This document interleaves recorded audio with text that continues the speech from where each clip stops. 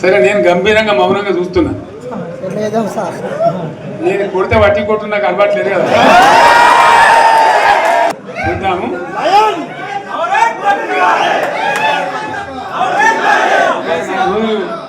కానీ అన్నట్టుగా నేను చూస్తా ఉన్నా. కానీ మనోళ్ళందరూ కూడా ప్రతిపాదిస్తున్నది ఏంటంటే, ఒక సంవత్సరం జరిగిపోయింది, సంగమేశ్వర ఆన్నే పన్నది, బసవేశ్వర ఆన్నే పన్నది, పాలమూరు తిరుపతుల పథకం ఆన్నే పన్నది, కాళేశ్వరం అట్లా ఎండబెడుతున్నారు, ఇవన్నీ అన్యాయాలున్నాయి. కాబట్టి ఫిబ్రవరి నెలాఖరులో ఒక పెద్ద బహిరంగ సభ పెట్టాలి, ఈయన కథ చూడాలి అని జరుగుతూ ఉంది.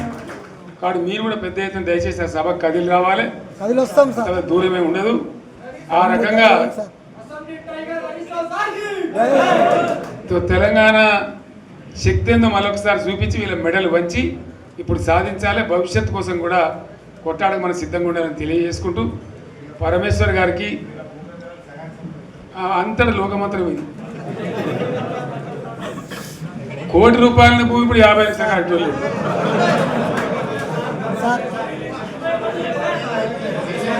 ఈ ఒక్కని బాధ. ఒక ఆయన వచ్చింది మన, ఒక ఆయన ఒక 10 మంది వచ్చారు హైదరాబాద్కి. అందులోకి 2 ముస్లిం సోదరులు వచ్చారు. साहब सोब तबाह हो गया, इफलासी मुफलसी बच्चों क्या दबे हो गया. तुम्हारा क्या हुआ बहन, तुम्हारा क्या हुआ, तुम हैदराबाद में तुम लोग हैं.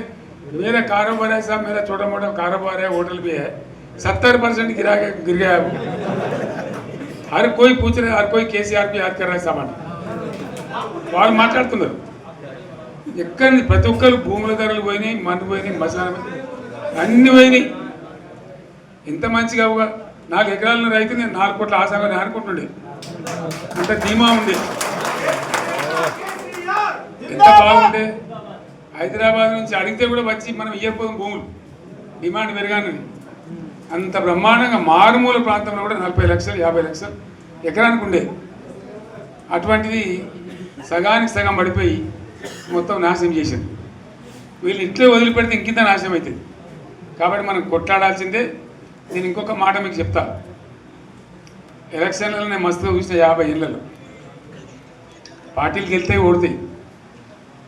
ఇంత మాయలు ఏడాది లోపలనే కాంగ్రెస్ పార్టీ దొరికితే కొడతాం రానంత గొప్ప.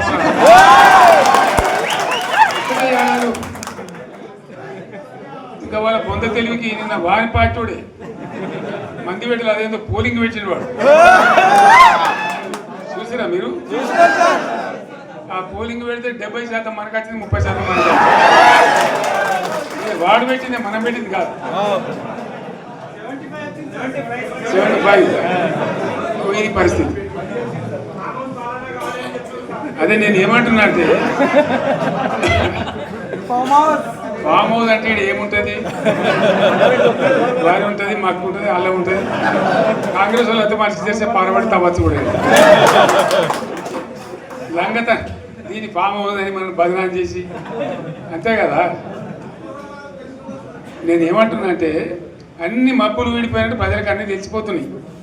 మంచి ఏంది, చెడ్డ ఏంది, ఏం జరిగింది అన్నీ ఇంకా ఘోరమవుతుందని చెప్తున్నా.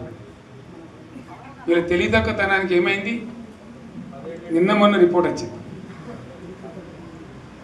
Comptroller and auditor general of India అని కాగ్ అంటారు దాన్ని. కాగ్ రిపోర్ట్ వచ్చింది. పోయిన సంవత్సరం మన గవర్నమెంట్లో వచ్చిన ఆదాయం కంటే 13,000 కోట్ల రూపాయల ఆదాయం తగ్గిపోయింది.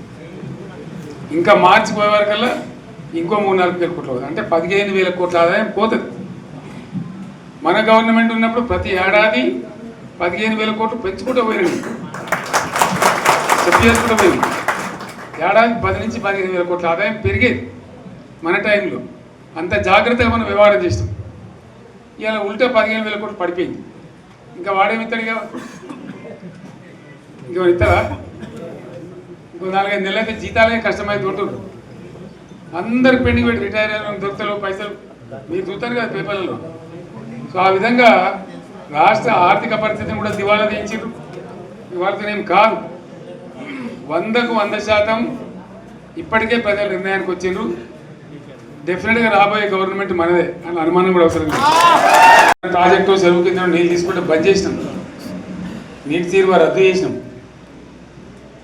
అట్లా ఎన్నో సదుపాయాలు చేసుకున్నాం రైతులకు. బాగా జరుగుతుండే. అప్పుడప్పుడు ఏమవుతుంది, కొన్ని దుష్ట దినాలు వస్తాయి, చెడు గడియలు వస్తాయి. మనోళ్ళు కూడా అలవోకగా ఓట్లేసారు. మీరు గొప్పలో మీరు మాణిక్యరావుని గెలిపించారు. కొన్ని నియోజకవర్గాలలో అత్యాశకు పోయి నేను చెప్పిన కూడా అప్పుడు మంది మాటలు పట్టుకొని మారమానం పోతే మళ్ళీ వచ్చే వరకు ఇల్లు వీళ్ళని నమ్మితే అమాంతం మింగుతారు, మోసపోతాం. మింగుతారు సార్. ఇప్పుడు రైతు బంధుకు రామరామ అంటారు, దళిత బంధుకు జై భీమ్ అంటారు. వీళ్ళు ముంచుతారా నాయన అని చెప్పినండి. చెప్తే లేదు దొంగలు. ఆయన వాడు తులం బంగారం ఇంత, నీకు ఏంటి, నీకు బంగారం వడ్డానం పెడతాను కానీ ఆయన నమ్మి 20 ఏమో మీ సంగతి ఎంతో చూద్దామని ఆయన వేసారు. వేసని ఇరుకపోయారు, బాయిలో పడ్డారు, అయిపోయి ఉన్నాయి అన్ని మీకే. మళ్ళీ మొదటికి వచ్చానా కైలాసం ఆడలో పెద్ద పంపించినట్టు అయింది మళ్ళీ. అంతే కదా, ఆలోచన లేకుండా ఎటు పడితే అటు ఎవడో ఏదో చెప్తే నమ్మి ఓట్లేస్తే ఏమైంది అనేది ఒక మంచి గుణపాఠం ఇది తెలంగాణ. గ్యారంటీగా మంచిగా సంసారం జరుగుతుంది. జర తువ్వకచ్చినాం, రైతులు ఇంత ముఖం తెలివి అవుతుంది, ఇంత బాకీలు కట్టుకుంటుండ్రి. ఎంతోమంది పాపం సిటీలు వేసుకుంటారు, ఏదో వేసుకుంటారు. రైతు బంధు పైసలు పడితే ఎంత సంతోషం ఉంటుండే. ఆయన పోయి నేను గంగలు గచ్చిపోయింది. కరెక్టే సార్. ఇప్పుడు వాడు ఇతడో ఏడో భగవంతుని కనుక ఎక్కడ సార్ పోతాదే పుట్టిండు. ఇచ్చినా కూడా మోసమే, ఏదో మళ్ళీ ఎలక్షన్ కోసం దానికోసం చేస్తారు తప్ప కడుపు నిండా ప్రేమలో ఇచ్చేది ఇట్లే ఉంటుందా? ఇప్పుడు సర్పంచ్ ఎలక్షన్ పెట్టింది సార్. మనం ఉన్నప్పుడు కరోనా వచ్చింది. కరోనా వస్తే కూడా నేను రైతు బంధు ఆపలే. కరోనా వచ్చి రాష్ట్రానికి రూపాయి ఆదాయం రాకపోయినా 4-5 మంచి స్కీములు తెచ్చి వాళ్ళకి కాపాడుకున్నాం. గౌరవంగా బతికింది రైతులు. బీమా వచ్చినండి, రైతు బీమా పెడితే ఎంతమందికి సాయం జరిగింది. గుంట భూములను కూడా మంచిగా సాయం జరిగింది, చిన్న రైతు కూడా సాయం జరిగింది. అట్లా అందరికి మనం గొర్రెల కాపులకు గొర్రెలు ఇవ్వడం కానీ, చేప పిల్లలు కానీ, అనేక రకాల అన్ని వర్గాల ప్రజలను ఎట్లా ఆదుకోని అట్లా ఆదుకున్నాం. మా తెలంగాణ కదా మేము తెచ్చుకున్నాం కష్టపడి. మా వాళ్ళందరి పైకి రావాలి. కాంగ్రెస్ గవర్నర్ కూడా ముస్లింలో ఓట్లేసుకున్న తప్ప ముస్లింలకి మనం చేసిందా? ఇమాం మౌజాన్లకి మన జీతం ఇచ్చిందా? మనం వచ్చినాకనే ఫస్ట్ టైం వాళ్ళని గుర్తించి వాళ్ళని గౌరవించుకున్నాం. ముస్లిం మైనార్టీ పిల్లలకు, మన గిరిజన పిల్లలకు, మన ఎస్సీ పిల్లలకు, మన బీసీ పిల్లలకు ఎంత మంచి రెసిడెన్షియల్ స్కూల్ పెట్టుకున్నాం. అందరినీ కూడా ముందుకు తీసుకుపోవాలి. ఇవాళ మన కళ్ళ ముందనే నాకు బాధ కలిగేది ఏంటంటే, చిన్న వర్గాల ప్రజలు కాన్వెంట్ స్కూళ్ళలో చదివించలేదు, వాళ్ళ పిల్లలు కూడా బాగా చదవాలని చెప్పి ఎస్సీలకు, బీసీ, మన మైనార్టీ సోదరులకు గురుకుల పాఠశాలలు పెట్టారు. అద్భుతమైన చదువు చదువుకునే వాళ్ళు. ఇవాళ మొత్తం రోజు బడి పిల్లలు విషాహారము, కడుపు నొచ్చుడు, బాధపడు, పురుగులు అన్నం పెట్టుడు. పిల్లలు వెళ్ళిపోతున్నారు, ఆ స్కూళ్ళ నుంచి ఇళ్ళకి వెళ్ళిపోతున్నారు. తల్లిదండ్రులు కూడా భయపడి తీసుకుపోతున్నారు. ఏం ఘోరం ఇది నాకు అర్థం కాదు.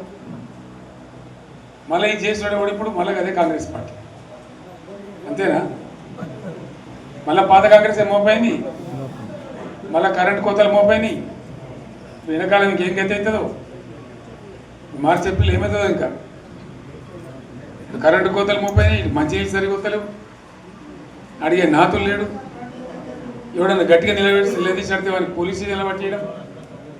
ఇదేనా రాజ్యం? ఇట్లా ఉంటుందా రాజ్యం? ఎందుకు వచ్చింది ఈ పరిస్థితి చెప్తా. నాకేం గుర్తులేదు. నేనేమంటున్నా అంటే, ఇట్లా అనేక పనులు చేసుకున్నాం మనం. గోదావరి నుంచి నీళ్ళు తెచ్చుకున్నాం, నీళ్ళు తెచ్చుకొని మంచినీళ్ళ తర్వాత సాగునీళ్ళు ఎప్పుడబడ్డాయి. మెదక్లో యువతల ప్రాంతం అంతా కొంత అందినాయి నీళ్ళు, పాత మెదక్ జిల్లాలో. నీదికి మిగిలిపోయినాయి మన 2 తాలూకాల నుండి నారాయణఖేడ్, జైరాబాద్. వాళ్ళకి నీళ్ళు రావాలి. ఎట్లా రావాలి? గోదావరి నీళ్ళు సింగూరు ఒక టైంలో నిండుతుంది, ఒక టైంలో నిండదు. మరి నిండినప్పుడు ఎట్లా? గోదావరి నీళ్ళే దిక్కు. సింగూరు నుంచి లిఫ్ట్ చేసి సంగమేశ్వర, బసవేశ్వర 2 లిఫ్ట్లు పెట్టుకున్నాం. 2 తాలూకాలకు రెండింటికి కూడా లక్ష ఎకరాల పైచీలకు వచ్చేటట్టు ఎకరాల నీళ్ళ స్టేట్ పెట్టుకున్నాడు. మళ్ళీ మన నుంచే కావాలి, మళ్ళీ ఈ లైన్లోకి రావాలి. అందరు మంచిగా ఉండాలి. ఎందుకంటే మనకు మన పార్టీకి కులం లేదు, మతం లేదు, జాతి లేదు. తెలంగాణలో ఉన్న ప్రతి బిడ్డ మనోడే. వాళ్ళు ఏ మతం ఉన్నారు, ఏ కులం ఉన్నారు మనకు అవసరం లేదు. ఈ తెలంగాణ బార్డర్ గీత లోపలిన బిడ్డలు అందరు మనోళ్ళే, అందరు బాగుపడాల్సింది. ప్రతి ఒక్కరికి న్యాయం జరగాల్సింది.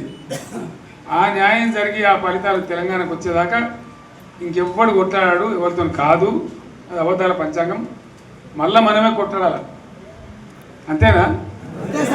పక్క మాటేనా ఇది? కొట్లాడదాం కదా. ప్రాణం పోయినా సరే తెలంగాణకు రక్షకులు మనమే. తెగించి కొట్లాడాల్సిందే. తెలంగాణ హక్కులను కొట్లాడాల్సిందే. మనమే కొట్లాడి తీరాల్సిందే. అలా రెండవ మాట లేదు. కాబట్టి దయచేసి అవసరమైన సందర్భంలో మీ జిల్లా నాయకులు పిలిపిస్తారు, రాష్ట్రం నుంచి నేను కూడా పిలిపిస్తాను. మీకు సిద్ధపడి ప్రత్యక్ష ప్రజా పోరాటాలు లేవదీసైనా సరే మన ప్రాజెక్టులు సాధించుకోవాలి, మన నీళ్లు సాధించుకోవాలి, మన ప్రజలకు అన్యాయం జరుగుతుంటే ఎదురు తిరగాలి, కొట్లాడాలి. తప్పకుండా ప్రజలకు న్యాయం చేసేదాకా మనం ముందు పోతూనే ఉండాలి. తెలంగాణ కోసమే బయలుదేరిన జెండా గులాబీ జెండా. తెలంగాణను సాధించింది గులాబీ జెండా. తెలంగాణను మంచిగా చేసి లైన్లో పెట్టింది గులాబీ జెండా. భారతదేశంలో నంబర్ 1 అనేక విషయాల్లో చేసి సాధించి చూపెట్టింది గులాబీ జెండా.